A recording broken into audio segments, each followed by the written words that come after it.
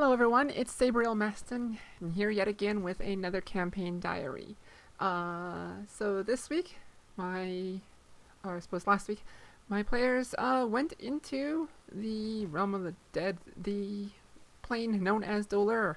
But before there, when we last left our heroes, they were in the more or less basement of a building, a goblin building, an ancient goblin building, that they don't know much about. And they had just fought with some Emerald Claw people. And when the session had ended then, they opened a new door, and inside there was a very angry Earth Elemental.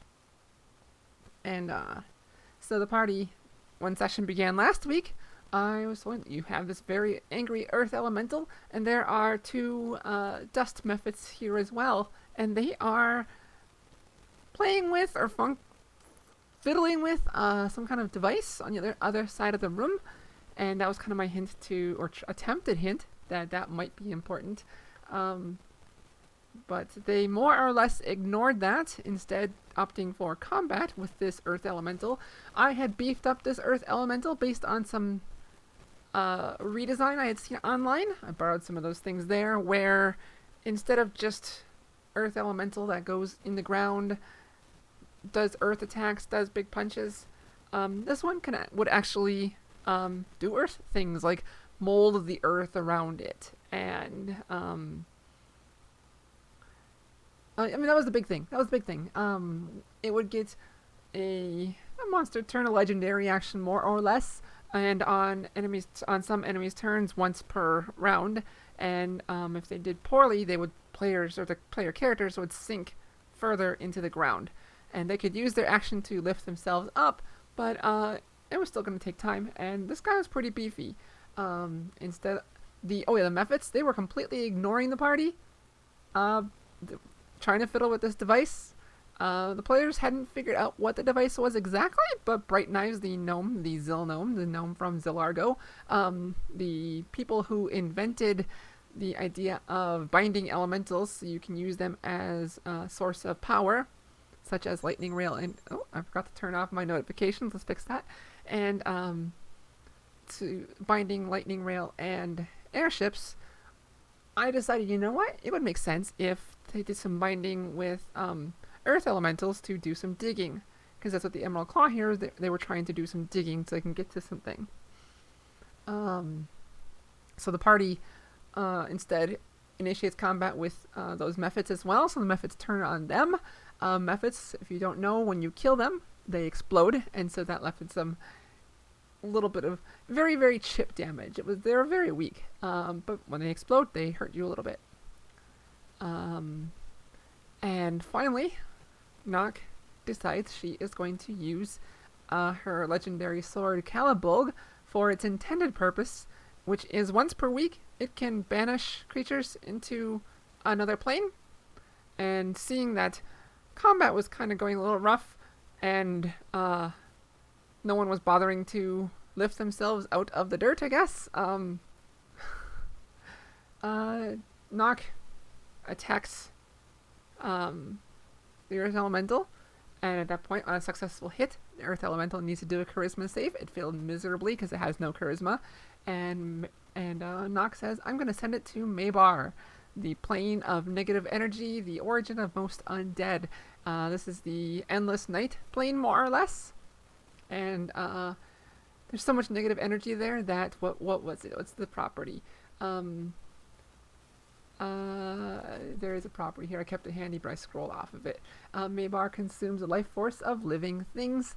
Every minute a living creature spends in Maybar, it takes 10d6 points of necrotic damage. If it hits 0, they immediately die, and its body crumbles to ash. So this Earth Elemental lived maybe, probably 5 minutes at most, and then turned to ash. They don't know that yet, but they can make a good guess. And so, yeah. The next little bit here, I asked the players to confirm if I got everything right, if I forgot anything, and no one replied. And so we're doing our best off of memory, because I don't know why no one replied. But anyway, the next part, there was my DM advice is to only use a map for combat. I find if you draw out or use an entire map and put it into a virtual tabletop, players are prone to just moving their token around and or moving it around and not letting anyone else look around, or there's technical issues. Like one happened here where I was playing with it because I was trying to use this relatively new to me Owlbear Rodeo VTT, really cool, very lightweight. And so it was not a very big dungeon. If you watch my DM prep, you'll know. But players, that is not an invite to watch yet. Spoilers. I used Fog of War while I was clicking with some things, and I accidentally revealed some areas that the players could see prematurely. Of course, the reaction is, oh shit, when they see what's behind some of the Fogs of War. Fog of War? Fog of Wars? Anyway, so I undid that, but they pretended pretty well. I mean, they're gonna have to go there to this place anyway, where they saw, but whatever. And so for that reason, I really don't like VTTs for just wandering around. I like using verbal ways to describe where players are at, and if they keep a map, cool. But like where doors are, but I don't like having that all in front of them. Too easy for them just to wander around. Anyway, so they get into this chamber that they totally did not see, but did. Oh, back up. The players are trying to figure out the device. And they're kind of getting their right idea. Maybe I should have just said, like, you have no clue. But I spent a few minutes, like, trying to, or maybe a minute, but it felt forever, of, like, who would it make sense to know this intricate knowledge? And if Bright Knives doesn't figure it out, who here really does much with the Earth? And the answer is nobody. Could have done an insight check, and I have all their passive insights, and they're trying to figure out, like, which way the Emerald Claw was digging, and I'm sitting here trying to figure out, like, how could I get this information to you? And ultimately, I could have just flat out given them the answer, or just like, you don't know. I probably should have gone with, you don't know. Find the dwarf next time. Find a miner, and bring them along. Not that it really would make sense, the party had no clue. But if you want more information, you gotta find someone who could get more information. And that is one of my problems still. Is I will tell a player they don't know, or something doesn't know, and that came up here too with something else I'll get to in a minute, where a player will ask a question and I say you don't know, or you can't figure that out, but I need to start saying why they don't know or how they can figure it out, because like they know they're in an ancient goblin building. Caliburg was made by ancient goblins, but Caliburg, I replied when Nock asked, you know what this place is? Caliburg's like, no. In my mind was that Caliburg has only seen, like, basically this basement, dugout basement. Hasn't really gotten enough to know what this was. Could probably make an educated guess if she saw more. But that was where I failed. I didn't say Caliburg just needs more information to help you here. And so that's something I still need to work on doing. A year, I think I said a year ago, and I've gotten better, but I can do better. Anyway, they're figuring out this device. They can't figure it out, but they know what's in there. But someone gets the idea. Hey, Bright Knives, you use dragon shards to power one of your devices. What if you try to rip that apart? I'm like, that's a good idea. I didn't think of that. That's a good idea. And because I say, like, oh, that sounds like an Arcana check. And so Arcana does that and rips it out. Perfect, cool. Now they have not only an Eberron Dragon Shard, which is like the normal one, they have a, Kyber Dragon Shard. Kyber ones are used for elemental binding. And I have no idea what they're going to use that for. We'll figure that out. Maybe they never get to use it. So they go into the portal. Oh, wait. Portal. Yeah. There's a little bit before that. They get to the room, and there's a portal. It's a red-orange portal, and red-orange portals mean it's a connection to Dolurrh, the realm of the dead. And before there were a number of dead and one dying Emerald Claw member.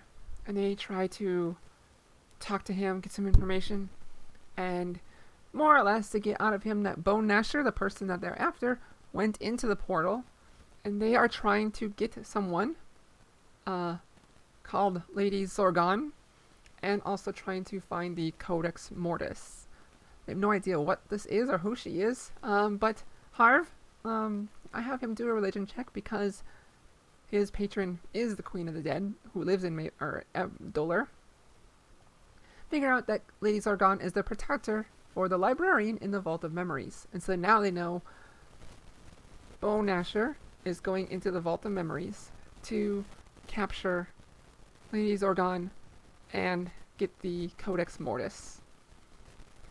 From here on out, my players, are the PCs anyway, were more or less godlike. And they probably shouldn't have been, but they had some amazing rolls. And so the party is like, this portal seems weak, but we need to go in there and stop this. And so, poof, poof, poof, poof, they go in there. And immediately, when you go into Dolurrh, you get a sense of ennui, that just don't care sense of, as best described as that when you're a kid on those Saturday afternoons and you've got nothing to do, that feeling. You're bored, you're lounging around, a feeling of ennui. Ennui is mechanically equivalent to exhaustion. They are separate, but exact same effects. So first level, you are worse at skill checks and ability checks. And so I was like, alright, you pop into the Vault of Memories. Around you are massively tall bookshelves. It's dark, you can't see the roof, but all you can see is bookshelves, a labyrinth of bookshelves in every direction. And you can't even see the top of these things because Miss Honey, the druid, was like, can I climb up and try to look around? You get up there and you can't see the top. You can climb for a bit, but it just seems to go on forever, these bookshelves. All these bookshelves are these stored memories that the Queen of the Dead logs here in the Vault of Memories. And one of the players is like, can we try to read these? And Harv says, I don't know if Raiden, the player, Harv even knows, but Harv was like, you shouldn't try. And I'm like, you can try? And they can. I won't tell them what happens if they try. That's up for future adventures. But anyway. And so here I do a skill challenge. And I'm going to be getting better at a skill challenge because this one kind of felt lackluster to me. But I also was trying to go kind of... This was only supposed to potentially give them a little bit of danger. And it got close. I was just going to give them more ennui if they fail this. And knowing that most of them had ennui level 1, which means they had disadvantage on skill checks. I was like, okay, your DCs are going to be about 14, 15 for most things. And so they survival their way through here. They trek to navigate their way through here. And it comes to, I told them you need 5 successes before you get 3 failures. I think they got to 4 and 2, maybe 4 and 1. And so, but they were really just kicking the crap out. Even with disadvantage, they were ruling and rocking these skill checks, and so much that they had so little trouble. This place that they are supposed to it's intentionally supposed to be difficult to get around, to even care about moving around. No problem at all. And I was like, okay, narratively, maybe you've been here a few times, you're kind of getting the hang of it. At least this time, it wasn't so bad. So they finally find their way through. Successes all the way across here, and they get to this massive pedestal, and they see a huge fight between this massive hulking elf, Bone Gnasher, and this woman in intricate, ornate, like, doesn't even make sense armor, but it is beautiful. And they are in this huge fight. And also there's this librarian, tall guy, but kind of cowering because he is not a fighter. Bone Gnasher is fighting her and gets like one good big blow in her and on her, and has this book in his hands, and he jumps down, and I tell the party, like, alright, Bone Gnasher is right in front of you, and he looks like he's going to make a break for the portal. If you can stop him before he gets across this line on the map on the Drew, you'll stop him. But if he gets to that line, consider him gone. Got away. Party pulls out all stops without Lady Zorgon being able to help. They do things like try to hold hold person? One of those spells doesn't affect undead, which Bone Gnasher is. There also find some new information out here in a second. And so I'm like, oh shoot, that doesn't work. So that doesn't. Okay, so I had to retcon a turn. Mistakes happen. And then Bright Knives does the little spell called Hideous Laughter. Bright Knives is Hideous Laughter. And this guy, who has the ability to, if he fails a roll, re-roll. Twice he can do that. He could not break this thing. Every time he was attacked, he's supposed to be a re-roll against this thing. He could not break it. Bright Knives' Hideous Laughter basically took him out. This little cantrip, who he could not roll a save to save his life, even though he was good at the stat to do it, could not do it. And I could have fibbed, but I was like, this is funny. And so, yeah, a cantrip took out this boss as Bright Knives cast it on him. He could not get up as he was constantly laughing at this bad joke about coffee. And at one point, Miss Honey turns him, even while he's on the ground laughing, into a frog. At that point, I'm like, okay. If they're going to take him out, Lady Zorgon is a protector of this library. Now that she's done getting the wind knocked out of her and she's coming in here, she's going to jump down to this big, huge, tall woman in ridiculously ornate, unprotective armor, but it still looks elegant as hell, comes in here and just, as a show of power as well, comes in here and knocks him out of frog mode and just beats the hell out of him with her huge sword. And the party's kind of like, oh shit. And yeah, so I showed her the power they have, and she's basically threatening them, like, after I kill him, I'm coming after you. I wanted them to know that she was very strong, and that's why she was just slaughtering him. Bone Gnasher, she didn't outright kill him. The party's like, oh shit. So let's try to convince her to stop. And Harv, being the person who works for the Queen of the Dead, did his best and he rolled a very good persuasion roll. And so I have her halt, and then this clap, slow clap, appears out of nowhere. And a second later, the Queen of the Dead just appears as she congratulates the party on stopping Bone Gnasher and Harv on what he's doing. And next to her, she has this gem floating by her. And blah blah blah blah blah blah. She ultimately reveals that the Emerald Claw came into Dolurrh, took 3 of her Shatterkai agents, Bone Gnasher, Stormbringer, and Whisper, and took them and turned them basically no longer agents of the Queen of the Dead. And so now that was the big reveal to the party. They now know that the Emerald Claw, that these 3 people that they thought were elves, they are elves in a sense, but not quite as what they thought.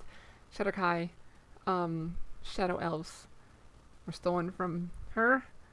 Emerald Claw is using them for their own nefarious good, or things, whatever. And they also found out that she wants them killed.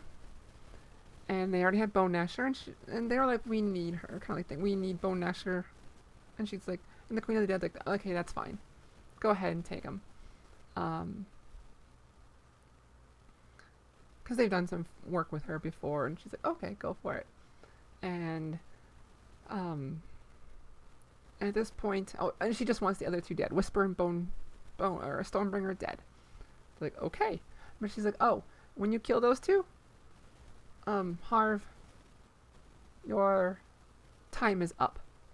See, Harv, the sorcerer, right now, his body is, he's in a husk of a body. He was killed in a T-Rex attack, an undead T-Rex attack, and given a second chance. And the Queen of the Dead basically tells them what's in this crystal that's floating next to her is Harv's soul. She keeps the interesting ones. And she goes off and talks about how other interesting souls are in here, and Miss Honey, the player, takes this to regard as what? Harv is one of the most interesting people in the world? What? That's not what I meant. And that's not what she said at all. But that's what Miss Honey is thinking. Like, Harv is so important that she is keeping him right here. There's a reason for it. Harv's soul is very important to him, but the players don't know why yet. And so right now they just convince themselves that Harv is somehow the most interesting person in the entire universe. Not quite.